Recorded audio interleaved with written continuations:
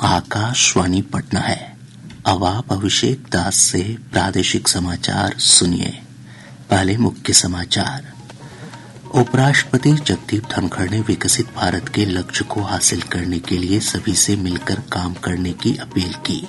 श्री धनखड़ ने मोतिहारी में महात्मा गांधी केंद्रीय विश्वविद्यालय के दूसरे दीक्षांत समारोह में 11 टॉपरों को गोल्ड मेडल प्रदान किया। रेल मंत्री अश्विनी वैष्णव ने कहा, बिहार में इस वर्ष दुर्गा पूजा, दीपावली और छठ के दौरान लगभग 1,80,00,000 यात्रियों ने ट्रेन से यात्रा की। बिहार विद्यालय परीक्षा समिति ने अगले वर्ष होने वाली इंटरमीडिएट और मैट्रिक समेत विभिन्न परीक्षाओं का कार्यक्रम जारी किया।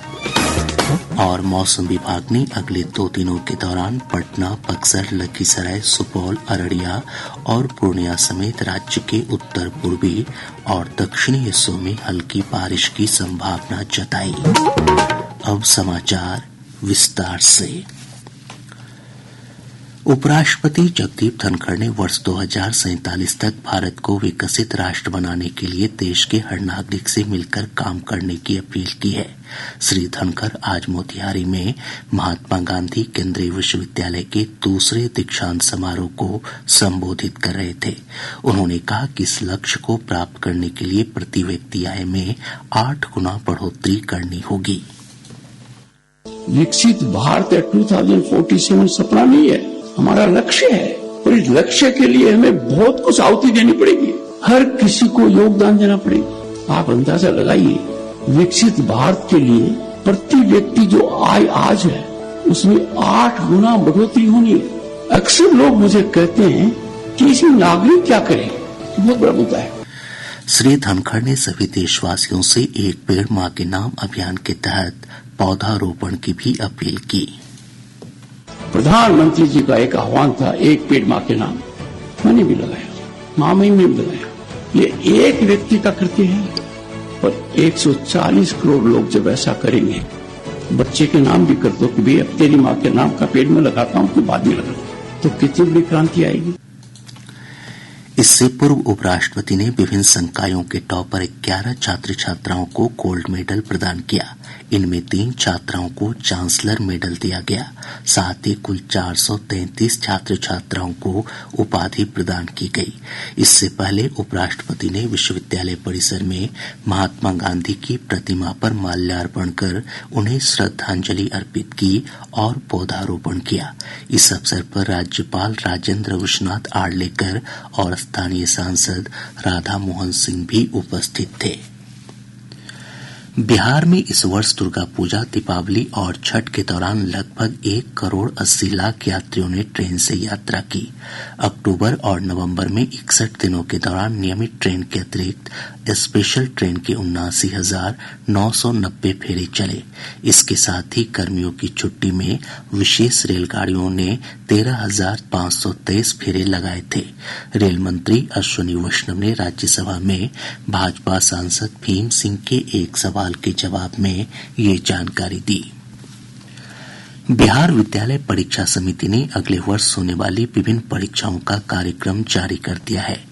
बोर्ड अध्यक्ष आनंद किशोर ने बताया कि 1 फरवरी से 15 फरवरी के बीच इंटरमीडिएट की परीक्षा होगी। वहीं मैट्रिक की परीक्षा का आयोजन 17 फरवरी से 25 फरवरी तक होगा। उन्होंने कहा कि मार्च या अप्रैल महीने में दोनों परीक्षाओं का परिणाम जारी कर दिया जाएगा। आगामी वर्ष 2025 में इंटरमीडिएट की वार्षिक परीक्षा का आयोजन 1 फरवरी 2025 से 15 फरवरी 2025 के बीच किया जाएगा। इसके पश्चात मैट्रिक परीक्षा का आयोजन आगामी 17 फरवरी से 25 फरवरी के बीच किया जाएगा। इन दोनों ही परीक्षाओं का परीक्षा फल का प्रकाशन मार्च अथवा अप्रैल 2025 तक करने का लक्ष्य रखा गया है। श्री किशोर ने बताया कि राज्य के सभी डीएलएड शिक्षण संस्थानों में नामांकन के लिए प्रवेश परीक्षा 27 फरवरी को होगी। राज्य के सभी डीएलएड शिक्षण संस्थान में नामांकन हेतु डीएलएड प्रवेश परीक्षा ज्वाइंट एंट्रेंस एग्जामिनेशन का आयोजन आगामी 27 फरवरी 2025 को किया जाएगा। बोर्ड अध्यक्ष ने बताया कि वर्ष 2025 में मैट्रिक और इंटरमीडिएट परीक्षा के टॉपर को 2 लाख रुपए मिलेंगे। मेधा सूची में दूसरे स्थान पर रहने वाले छात्रों को 1.5 लाख और तीसरे स्थान पर रहने वाले छात्रों को 1 लाख रुपए दिए जाएंगे। उप मुख्यमंत्री सम्राट चौधरी ने कहा है कि पीपीएससी अभ्यर्थियों ने जो मांगे रखी थीं, उस पर आयोग ने स्पष्टीकरण जारी कर दिया है। आज पटना में संवाददाताओं से बातचीत में श्री चौधरी ने कहा कि छात्रों की मांगों का हल निकाला जा चुका है।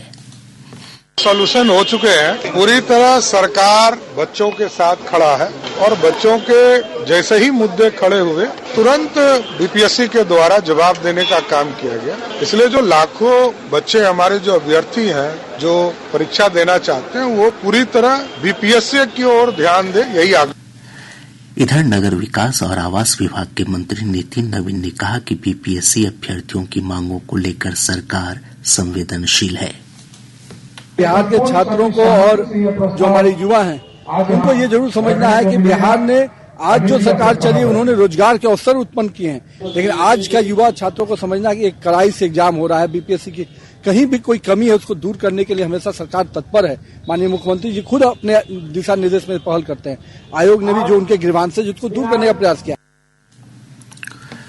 लोक स्वास्थ्य अभियंत्रण विभाग में 4135 पदों पर नियुक्ति की जाएगी। विभागीय मंत्री नीरज कुमार सिंह बबलू ने बताया कि ये नियुक्तियां बिहार कर्मचारी चयन आयोग, बिहार तकनीकी सेवा आयोग और बिहार लोक सेवा आयोग के माध्यम से की जाएगी। उन्होंने कहा कि जल्द ही नियुक्ति की प्रक्रिया पूरी कर ली जाएगी। आयकर विभाग की टीम ने मोतिहारी स्थित एक चावल कंपनी के 7 ठिकानों पर छापेमारी की है। मोतिहारी के अलावा रक्सौल, पटना और दिल्ली में भी छापेमारी की गई। प्राप्त जानकारी के अनुसार छापेमारी में आयकर विभाग के 300 से अधिक अधिकारी और कर्मचारी तथा एसएसबी के जवान शामिल थे। टैक्स चोरी के मामले में ये कार्रवाई की गई है। मुख्यमंत्री नीतीश कुमार ने आज गोपालगंज के कटैया में 1 लाख लीटर प्रतिदिन क्षमता वाले दुग्ध उत्पादन संयंत्र का शिलान्यास किया। इस संयंत्र के निर्माण पर 60 करोड़ रुपए की लागत आई है। इस अवसर पर पशु और मत्स्य संसाधन मंत्री रेणु देवी समेत राज्य मंत्रिमंडल के कई सदस्य उपस्थित थे। परिवहन मंत्री शीला मंडल ने कहा है कि राज्य के सभी विधानसभा क्षेत्रों से राजधानी पटना के लिए सीधी बस सेवा शुरू की जाएगी। श्रीमती मंडल आज सासाराम में पत्रकारों से बातचीत कर रही थीं। प्रादेशिक समाचार आप आकाशवाणी पटना से सुन रहे हैं। ताजा समाचारों के लिए आप हमारे x handle AIR News_ Patna पर जा सकते हैं। मौसम विभाग ने अगले 2 दिनों के दौरान पटना, बक्सर, लखीसराय, सुपौल, अररिया और पूर्णिया समेत राज्य के उत्तर पूर्वी और दक्षिणी हिस्सों में हल्की बारिश की संभावना जताई है। मौसम विज्ञान केंद्र पटना के वैज्ञानिक कुमार गौरव ने बताया कि इस दौरान आसमान में बादल छाए रहेंगे और अधिकतम तापमान में 3 से 4 डिग्री सेल्सियस की गिरावट आ सकती है।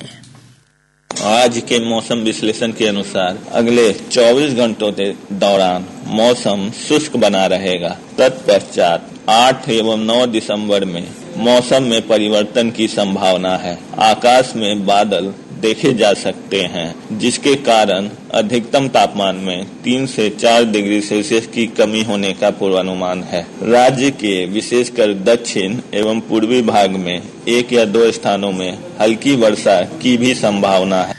इधर पिछले 24 घंटों के दौरान 8.2 डिग्री सेल्सियस न्यूनतम तापमान के साथ पूसा और जीरादेई राज्य के सबसे ठंडे स्थान रहे। राजधानी पटना का न्यूनतम तापमान 12 डिग्री सेल्सियस रिकॉर्ड किया गया। केंद्रीय स्वास्थ्य और परिवार कल्याण मंत्री जगत प्रकाश नड्डा ने देश भर में तपेदिक यानी टीबी के मामलों से निपटने के लिए आज हरियाणा के पंचकुला से 100 दिन के अभियान की शुरुआत की।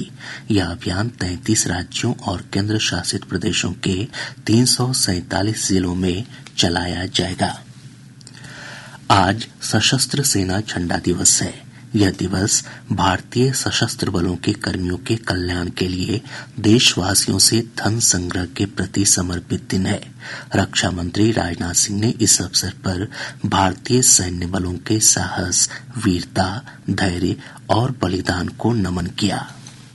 यह दिन हमारे वीर जवानों और पूर्व सैनिकों के अदम्य साहस, त्याग और समर्पण को रिकॉग्नाइज करने का अवसर है। हमारी आर्म्ड फोर्सेस हमारे लिए एक मजबूत सुरक्षा कवच हैं, जो हर परिस्थिति में हमें प्रोटेक्ट करने के लिए तत्पर रहती हैं। हमारी सेनाएं न केवल बाहरी आक्रमणों से बल्कि प्राकृतिक आपदा का समय भी हमारी सुरक्षा के लिए तैयार रहती हैं। उनका त्याग और अनुशासन प्रत्येक देशवासी के लिए प्रेरणा का स्रोत है।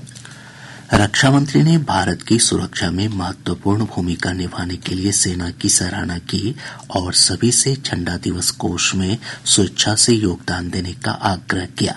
इधर सैनिक कल्याण निदेशालय के निदेशक ब्रिगेडियर मृगेंद्र कुमार ने पटना में मुख्यमंत्री नीतीश कुमार और विधान परिषद के सभापति अवधेश नारायण सिंह समेत राज्य सरकार के कई अधिकारियों को झंडा लगाया। राज्य के किसान अब पारंपरिक फसलों के अलावा विदेशी सब्जी की भी खेती कर रहे हैं। हमारे औरंगाबाद संवाददाता ने बताया कि जिले के प्रगतिशील किसान ब्रज किशोर मेहता ने विदेशी सब्जी जुकीनी की खेती कर क्षेत्र के अन्य किसानों के लिए एक उदाहरण पेश किया है। जिले के कुटुम्बा प्रखंड अंतर्गत चिल्की अम्बा के किसान ब्रज किशोर मेहता ने स्ट्रॉबेरी की खेती के बाद विदेशी सब्जी जुकीनी की खेती की है। इस सब्जी की खेती विदेशों में बड़े पैमाने पर की जाती है। ब्रज किशोर पिछले 2 सालों से इसकी खेती कर रहे हैं। उन्होंने कहा कि लोग जुकीनी के फायदों से अनजान हैं, जिस कारण इसकी बिक्री में भी थोड़ी परेशानी आती है। जुकीनी की खेती है और इसको मैंने 2 साल से कर रहा हूँ, लेकिन इसमें है कि लागत कम है और आमदनी ज्यादा है, लेकिन थोड़ा अभी प्रचार प्रसार इसकी कम है। इसके चलते इसका बेचने में कुछ दिक्कत हो रही है। उद्यान पदाधिकारी आशुतोष कुमार ने बताया कि जुकीनी का वैज्ञानिक नाम कुकुरबिटा है और औषधीय गुण से भरपूर इस सब्जी को खाने से कैंसर, डायबिटीज तथा चर्म रोगों में फायदा होता है। उन्होंने कहा कि निदेशालय के पास जुकीनी की खेती को बढ़ावा देने के लिए योजना प्रस्तावित है। बिहार राज्य में ये जुकीनी की खेती पर वैसी कोई प्रोत्साहन नहीं दिया जा रहा है, लेकिन धीरे धीरे इसका प्रचारित होने के बाद निश्चित रूप से इसमें हमारे निदेशालय के पदाधिकारी इसमें सोचेंगे और इसकी जो है खेती को बढ़ावा देने के लिए इसको जो है प्रचारित किया जाएगा। औरंगाबाद के किसान ब्रज किशोर ने पारंपरिक फसलों से अलग उत्पादों की खेती कर क्षेत्र में अपनी एक अलग पहचान बनाई है। वे इलाके के किसानों के लिए प्रेरणा स्रोत बन चुके हैं। जरूरत है कि सरकार इस तरह की खेती करने वाले किसानों को बढ़ावा दे, जिससे दूसरे किसान भी ऐसे उत्पादों की खेती की ओर अधिक से अधिक आकर्षित हो सकें। आकाशवाणी समाचार के लिए औरंगाबाद से कमल किशोर। मुंगेर जिले के कोतवाली थाना क्षेत्र अंतर्गत एक बस स्टैंड से पुलिस ने 3 हथियार तस्करों को गिरफ्तार किया है। इनके पास से एक अर्धनिर्मित पिस्तौल और 2 मैगजीन बरामद किए गए। कटिहार नगर थाना क्षेत्र से पुलिस ने भारी मात्रा में शराब और मादक पदार्थ स्मैक के साथ 4 तस्करों को गिरफ्तार किया। पटना के मसौडी थाना क्षेत्र अंतर्गत संगत गांव में पुलिस ने छापेमारी कर 1350 बोतल शराब बरामद की है। और अब अंत में मुख्य समाचार एक बार फिर। उपराष्ट्रपति जगदीप धनखड़ ने विकसित भारत के लक्ष्य को हासिल करने के लिए सभी से मिलकर काम करने की अपील की। श्री धनखड़ ने मोतिहारी में महात्मा गांधी केंद्रीय विश्वविद्यालय के दूसरे दीक्षांत समारोह में 11 टॉपरों को गोल्ड मेडल प्रदान किया। रेल मंत्री अश्विनी वैष्णव ने कहा, बिहार में इस वर्ष दुर्गा पूजा, दीपावली और छठ के दौरान लगभग 1 करोड़ 80 लाख यात्रियों ने ट्रेन से यात्रा की। बिहार विद्यालय परीक्षा समिति ने अगले वर्ष होने वाली इंटरमीडिएट और मैट्रिक समेत विभिन्न परीक्षाओं का कार्यक्रम जारी किया। और मौसम विभाग ने अगले 2 दिनों के दौरान पटना, बक्सर, लखीसराय, सुपौल, अररिया और पूर्णिया समेत राज्य के उत्तर पूर्वी और दक्षिणी हिस्सों में हल्की बारिश की संभावना जताई। इसके साथ ही आकाशवाणी पटना से प्रसारित प्रादेशिक समाचार का ये अंक समाप्त हुआ।